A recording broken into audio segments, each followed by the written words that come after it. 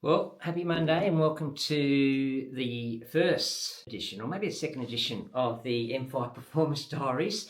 And, well, Monday. So typically on a Sunday night, back a day, I do all the programming for the athletes, which have all been done. But I'm expecting on Monday morning for a couple of texts to come through, or phone calls or emails, and they'll be for athletes that have had a look at their diary. And there'll be some changes. So fully expecting that, but most of the athletes have got their programs in place for the week and they are all good to go. From my point of view, my program's also in place, which is great. I'm going to put that up for you. You can have a bit of a look at it, see what Human Go has got in store for me for this week. But as always, my coach, David Walsh, looks over that for me and he'll make adjustments to that as well, and I'm expecting to have a call with him sometime today about that. And you'll also hear from David in relation to just what he has plans for me leading into Port Macquarie. Good afternoon, team. My name is Dave Walsh. I'm one of the coaches for M5 Triathlon. This afternoon, I thought I'd just do a quick athlete profile of one of my athletes. Most of you may have heard of him. His name is Phil Stoneman. Yes, he's the captain of M5, our boss man. And I'm going to just give you a quick review on what Phil's been up to lately and a few of his goals. So, Phil has been in the sport for quite a long time, and in fact, he did his first Ironman in 2003. And as we now approach Port Macquarie, is his big goal for the year. It would be number 20, Ironman number 20 in Port Macquarie. So that's the push that we're heading for now. He's also set a few goals, or we've set a few goals, that being he's going to try and do a personal best time of 10:20, which is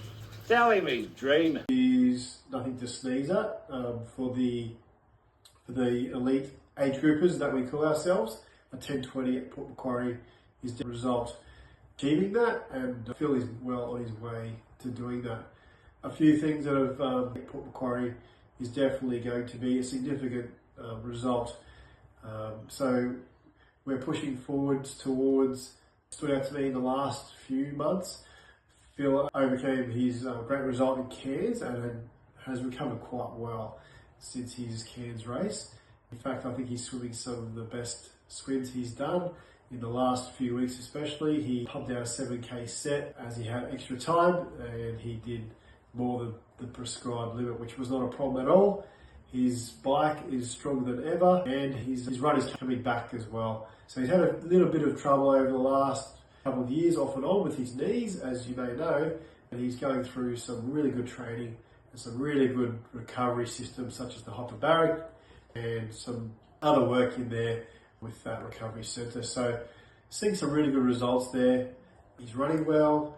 We're just going to take it bit by bit with the running, however, and just build slowly so that we're not going to overload too much on the knees and all that, those injuries that can flare up. So in the lead up to Port Macquarie, we're also looking at doing Sunny Coast 70.3, which is just a great little tester. It's more of a training day. We're not looking at it as an A race, it's more like your B race. So Phil gets a good feel for where he's at in September. And it's a bit of fun too. It's a great, fast, flat track, which doesn't really sync well with the Port Mac course, but it's just another good hit out. And like I said, it'll be a good training day for Phil to come up to the sunny coast here of Lullaby and hang out with old coach here and have a good race and just see where we're at. Other than that, my week is sort of starting to come together. I know that I've got a meeting with Scody, which is going to be exciting. I'll tell you more about that on Thursday. And also today, I'm catching up with one of our professionals, Nick Thompson, who is currently overseas in Europe. He has had an unfortunate accident recently where he's come off his bike in a training accident and he's had his collarbone pinned. But from the conversations I've been had with him just online, that injury is coming along really well, much quicker than what he expected. Anyway, we're going to be learning a little bit more about that as well. And just also on Nick, we're in very advanced discussions with a new partner for him, which I'm going to be very excited to announce maybe a little bit later this week for you. And I'll tell you a little bit about why this particular brand is choosing Nick to be an ambassador of their products. Other than that, it'll be a mixed bag of a week. I'm looking forward to it. just a little bit about my conditioning at the moment. I got this little hamstring injury that I'm dealing with. If it's just not one thing, it's the next. So why have I got a hamstring injury? Well, I have, which I've said a few times now, I've had injuries over the last 4 or 5 months, and some of them have been chronic and some of them have just been soft tissue. The chronic ones have been, I had a stress fracture in the left, that knee that is my problem is full of arthritis and I'm unable to straighten it. I can run, I just can't walk without a limp. And I've just started to get back into some training, which is great. And I got a little bit ambitious with my running last Wednesday because I have been able to run again. And I probably pushed a little bit too hard and I did cramp up during some 1 kilometre efforts. I pulled up pretty quickly. It was certainly enough to create a little, I said probably a grade 1 tear, which I'm currently dealing with. So probably won't be running till the end of the week, which is fine because I've got plenty of time and look, I'm so far ahead of the game compared to what I was a few months ago. So I'm okay with that. But that's it. You'll hear from me a little bit more during the week.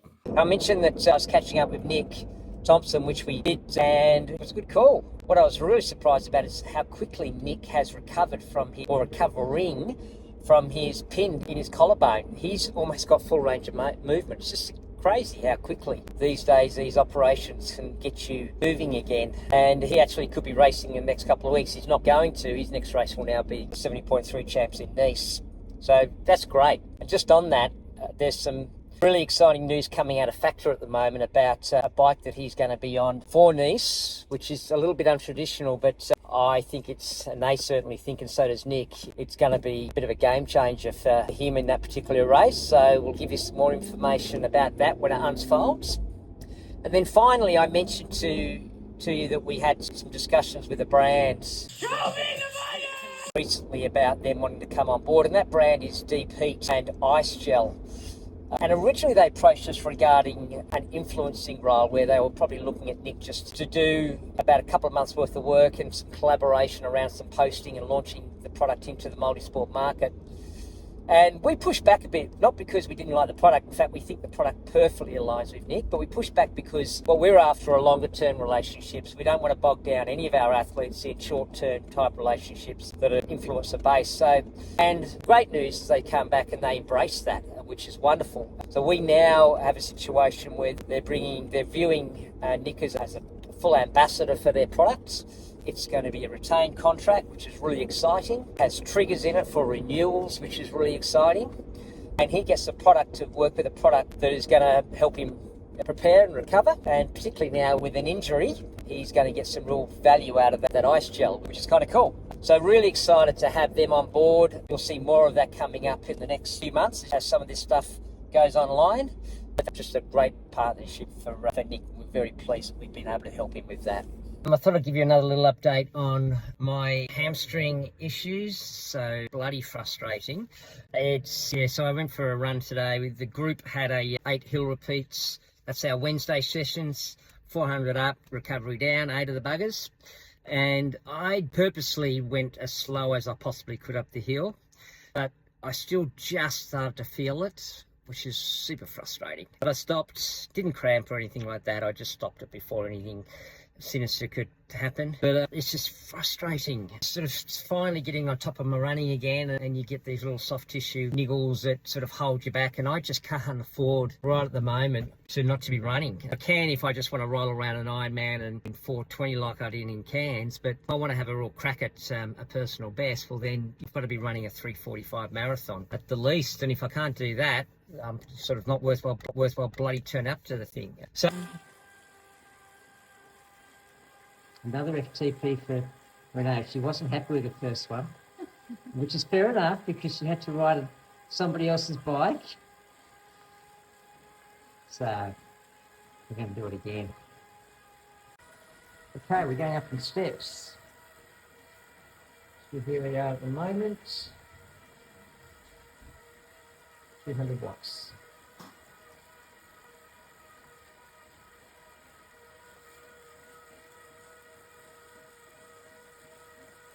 That's maybe just doing her session. She's already done her FTP. She's about to get real here. All right, let's go.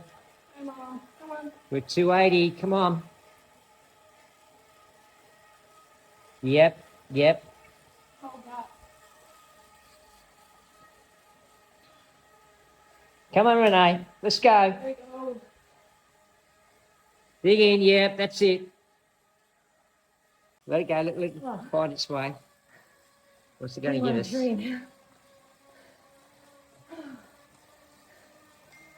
Yeah, so that's a good number. 213 is good. That's a good number. It really is. It's a good number. Good morning. We are on our way to Scody. Now, what can I tell you about Scody? Well, a lot, because they've been in the business for a long time. Over 25 years in this part of the world. I do remember dealing with them back in my IMG days, so that's a long time ago. And the driving force around Scody has always been the one man, and that's Bernard Schreiber. And I've been lucky enough to have a wonderful relationship with Bernard over many years.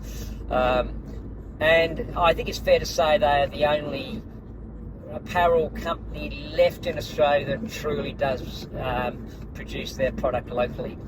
All right, here we are, Scody headquarters. You know, see Bernard. Okay, so we're here with Bernard, the founder, the CEO of Scody and Malin, who is responsible for what we're about to see in relation to the custom kit. Looks after like high performance production, design. So the pattern making sure the garment's going to fit properly and do as the athlete would expect, and optimize the fit. We're really excited about this. So who is Bernard going to tell us about this, or are you I'll going to tell us start and then about Malin Bernard's can going jump in. to tell Yeah, us. so looking at your old kit, what's changing? Okay. So what have we learned? So we tested 23 different things in the wind tunnel, just one small thing at a time, and then we took it away and we thought, what can we learn from this? Quick question. Yeah. When you say wind tunnel, where did you do this at? Adelaide Wind Tunnel Right. at Sassy. Okay, and why is that? Is that like the best practice? Look, it's the only one that's designed just for athletes. Gotcha. Okay. So there's a lot of wind tunnels around, but they're trying to do everything, whereas the one in Adelaide is all around athlete performance. Okay, good. Yeah. Yep, understand. So we used a mannequin so that we could control the variables. Mm-hmm. So when we changed something, we knew that the new thing caused the result. Yeah, okay. Whereas if you use people, they can change their position, Which changes the result. which changes the result. Yeah. And if you've got a curved back, you get a different result to a straight back. Gotcha. If you lift your chin up, you get a different result. So we had a mannequin that we positioned with a laser every run. Okay. So we knew it was exactly the same. Yep. And we just changed one thing. Right.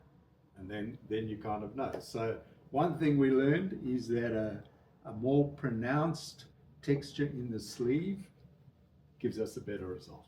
So Okay. a lower CDA, so lower Yeah. Yeah. Okay. Yeah.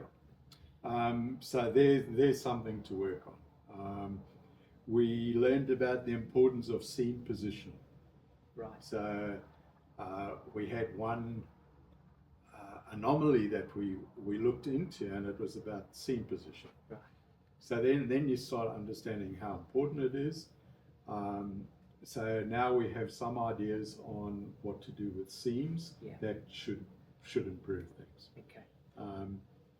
We compared the full zip suit with still a long zip but fixed into the bottom of the suit, and we found that one was better. Right. And it's possibly just because it fits a little bit firmer. Okay. Because it's into the suit. So we still put a long zip in so you can get it on and off. Yeah. And you can go to the toilet if you're a man. Yeah.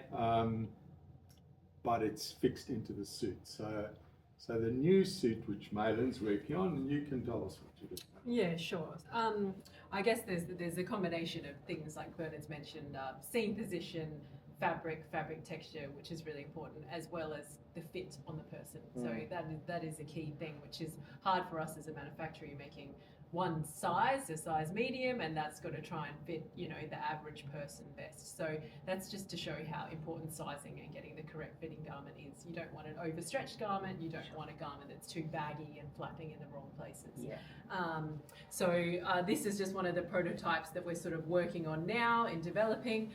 So it's got features some super lightweight stretch woven French fabric, so amazing power, good hydrodynamic performance in the water too, and good aerodynamics as well. So looking at sort of more It's a got a ribbed, real different. It's almost like a Teflon. yes, feel yeah, to it. and Okay. it's very stretchy in all directions. Yeah. Nice supportive fabric, really thin, and will be quick drying as well. So looking at that paneling in the sleeves, through the body is this French stretch woven as a good solid When you base. say French stretch, what do you mean by French? Yeah. It's made in France. Comes Oh, right. So yeah, Oh, okay. it's I've got a it. French. It's a French supplier. Yeah. And these are the guys supplying to all the Tour de France Okay. teams that you're seeing. They're pissy. They're all Is there any those particular teams. reason why French manufacturing is better than? So stretch wovens are quite difficult. Yeah.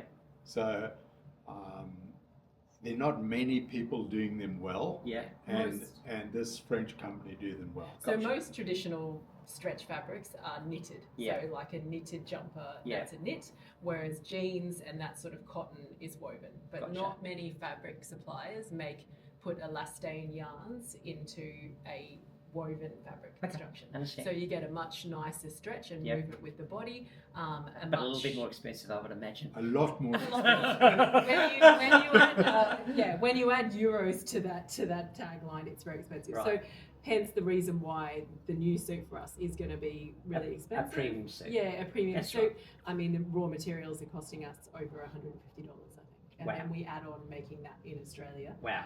So, you know, Significant. big cost to us, but they perform well. And Yeah. they will last well as well. You know, they've got kind of the modulus of the fabric is high, so it's going to retain its elasticity after Yes. wears, Yeah. whereas many kind of cheaper, you know, Asian fabrics, they'll start losing that stretch and recovery Yeah. after a few wears, and so they're not going to hold Yeah, true the to integrity form. gets lost. I get it. Exactly, Yeah. exactly. So look, seamline paneling, obviously looking at, you know, where we can make the upper body nice and light and breathable, still having like a moisture wicking fabric through the seat to support the chamois, to Yep. make sure, obviously the chamois is one of the sort of heavier objects in the garment. Yeah. So you need to match the fabric to the chamois. So Understand. you can't put a super lightweight fabric down there, it's Yeah. not going to last, and may cause issues. So you Okay. need to make sure it's sort of balanced. The new suit will have silicone gripper as per the old one. Okay. This sample didn't have that, just for the testing purposes.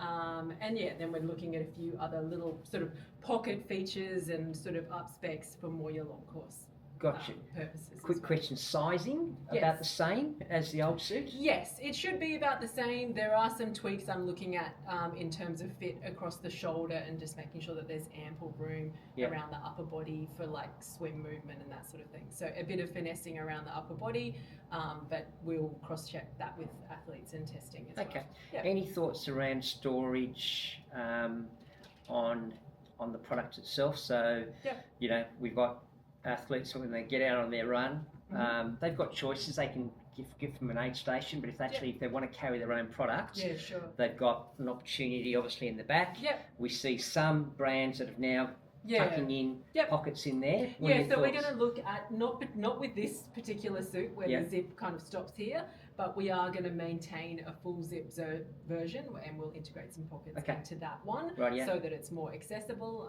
Just given the construction, it's a bit more limiting, Yeah. and WT compliance. Gotcha. You can only have zips that are so long, Yeah. so we just need to balance that versus long course and Yeah. non-WT compliant Yeah. events. Yeah. Yeah, it makes But sense yes, to me. definitely understand that nutrition is important there, and so we'll adapt that in that version. Awesome. Okay, so I want to talk about CDA, and to make it really simple, I'm just actually going to put something up on the screen here to actually describe what CDA means, but I'm also keen to hear from Bernard in relation to, because there are some savings in relation to that, so can you speak to that, Bernard? Okay, so you know the CDA is different at different speeds. Different fabrics perform better at some speeds than other speeds. So if we're talking CDA, we're talking per individual at a particular speed. And what sort of speed are we talking about? So we tested from 35 through to 50. Okay. And we did find some fabrics that were really good at 50 Yeah. and some that were really good at 35. Right. So, you know, in the end, we're trying to make a suit that will help everyone get faster. Yeah. So, you know, I think everyone knows that you put calf sleeves on, it's 5 CDA. Yeah. Well, what speed? Yeah. What body was that done on? We don't know. Yeah. What we do know that we've tested 4 fabrics for calf sleeves. We can tell you which one's fastest. Okay. And we'll use that fabric to make a calf sleeve. I don't know what the CDA for you or someone else is going to be, but I can tell you it's faster than 3 of the other fabrics we use. Yeah. Yeah. 100%. I get that. All right. Well, that's exciting. Definitely. That's exciting. How far away are we, Bernard? When do we see? When does M5 get the opportunity to test this news? When do I get to do transfer these wonderful brands over to here? Hopefully in the next few months. I think now we're just working on a quick prototype for the Austri Pontevedra shop. Abu we're going to do Abu Dhabi, sorry. Okay.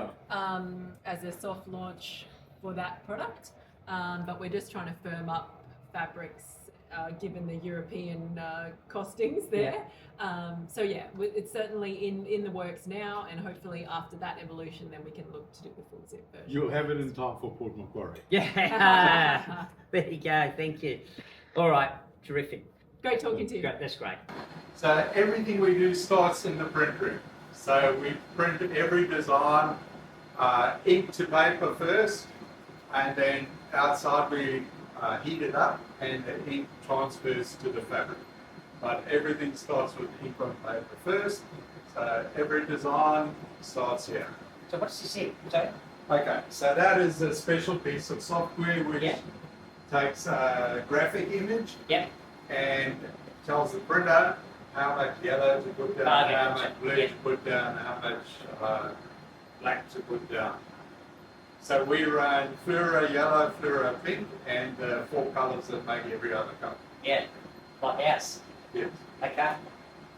Yes, so yours has got fluoro yellow in it. But then, of course, green is made from mixing 2 colours together, and all colours come from cyan, magenta, black. So this is a decent piece of equipment. What's something like this worth? So this one's about 70,000. It's quite quick, as you can see. So, I mean, when we bought it, we replaced 3 of the older printers, and we can do more in an hour than we could with 3 of the older ones. But what's really nice about it is it doesn't need any maintenance. It's quite smart. All we have to do is change ink. So this job that's coming out is for a charity that takes people riding in Thailand, raising money for local causes in Thailand. So they run about 5 or 6 tours a year called the Hands Group, and we do all their cycling. So black goes first? Always? No. Not necessarily? Not necessarily, it's just that this, actually this is blue. Okay.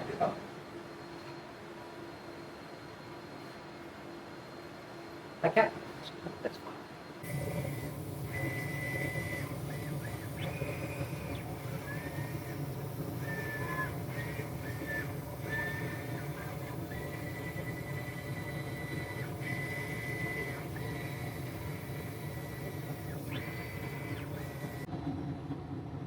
So the nice thing about the laser is there's no moving parts, so it cuts precisely, no matter what's on there.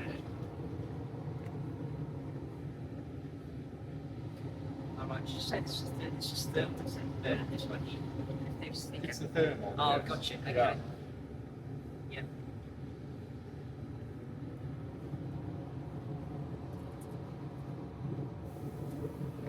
So once that's done, Bernard, what happens then?